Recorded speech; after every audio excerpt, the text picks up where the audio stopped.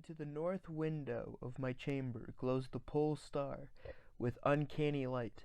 All through the long hellish hours of blackness it shines there, and in the autumn of the year, when the winds from the north curse and whine, and the red-leaved trees of the swamp mutter things to one another, in the small hours of the morning, under the horned waning moon, I sit by the casement and watch that star.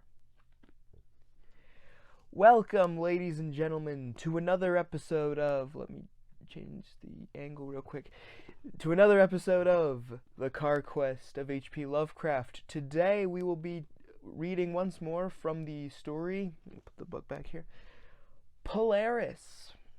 Let me just move this camera a little bit. Anyway, so Polaris. Interesting story, Polaris. So to sum it up, it's about a guy who he sees. I'll be honest. I also looked a little bit. I did a little bit of research before doing this video to see if I read it right. Like if what was happening, what I thought was happening was if it was actually happening that way in the story. It turns out, yes, it was. So it's about this guy who sees this moon, this star, Polaris, which apparently is an actual star. And he talks about how one time he dreams of this city, which he's sort of overlooking, but then he sort of decides to go and become one with the city. And then there's a horde of enemy soldiers on the horizon, and it becomes a war story for a second, it's really weird reading H.P. Lovecraft story with action in it, because Lovecraft's not a very action-oriented writer, typically speaking. More emphasis on atmosphere and horror and things you don't comprehend and that sort of thing. And then,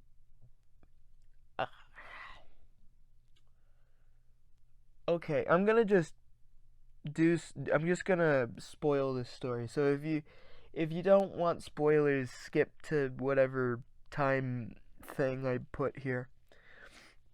Anyway, I'm gonna spoil the story in 3, 2, 1. I went backwards, but whatever. Okay, so then he climbs the watchtower to see where the enemies are coming, if they're going to strike. And then he wakes up, and then he starts questioning if the city of Aletho, which he dreamed of, is reality, and if the real world is actually the dream. And he says he can't wake up from this dream where he's in a house in a swamp where he actually lives, and he needs to go back to Aletho and stuff like that. Great idea for a story. I did find myself during the actual build up to it. Let me just, excuse me, it just sort of bugs me, the camera placement. So anyway, so the idea of a guy with confusing dreams for reality and the other way around is a great idea. I think, especially in a war context, because it is when he goes to Aletho, it's a straight up war. It's literally it's talking about advances and we have to plan this out, and we have to go and see if I'm keeping the enemy name vague for specific reason I'll get to in a second, but we have to see where the enemies are, and we have to hey, you main character, because you're prone to fainting, go up to the watchtower and see if you can spot them, and that kind of thing. And I'm Lovecraft doing action, Lovecraft doing a war scene, what? And again, it has good elements, but the story, it feels a bit short. the Horror Babble audiobook I read of it is like 10 minutes long, and I mean, I'm not saying that's on Horror Babble. I'm just saying that's on the story, because the story is like it feels really short.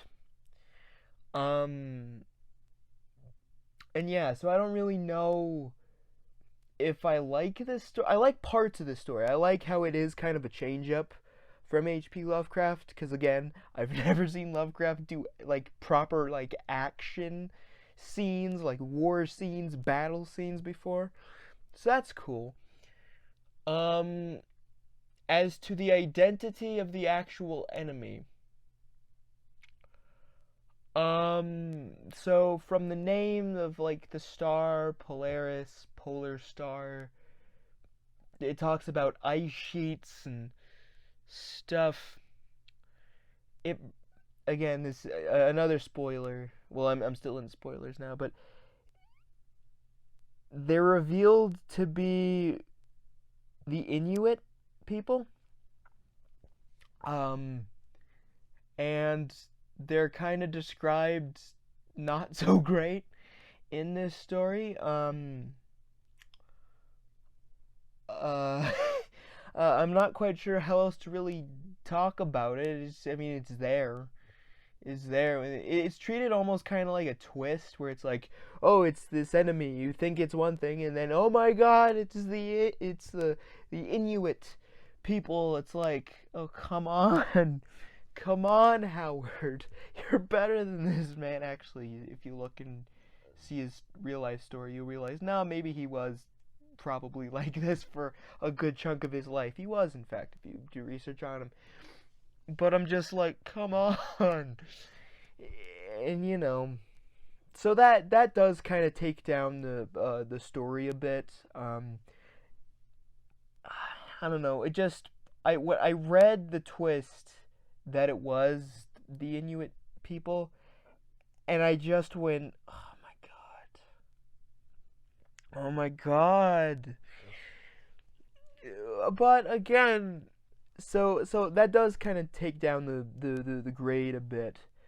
Um, but again, it was cool seeing Lovecraft kind of go outside his comfort zone. I feel like also in terms of by the way, spoilers over now. I like how Lovecraft very much explores the idea of dreamers from the if you saw the last episode, I started talking about dreamers, and how in H.P. Lovecraft's universe, dreamers are kind of people who can see beyond in their dreams.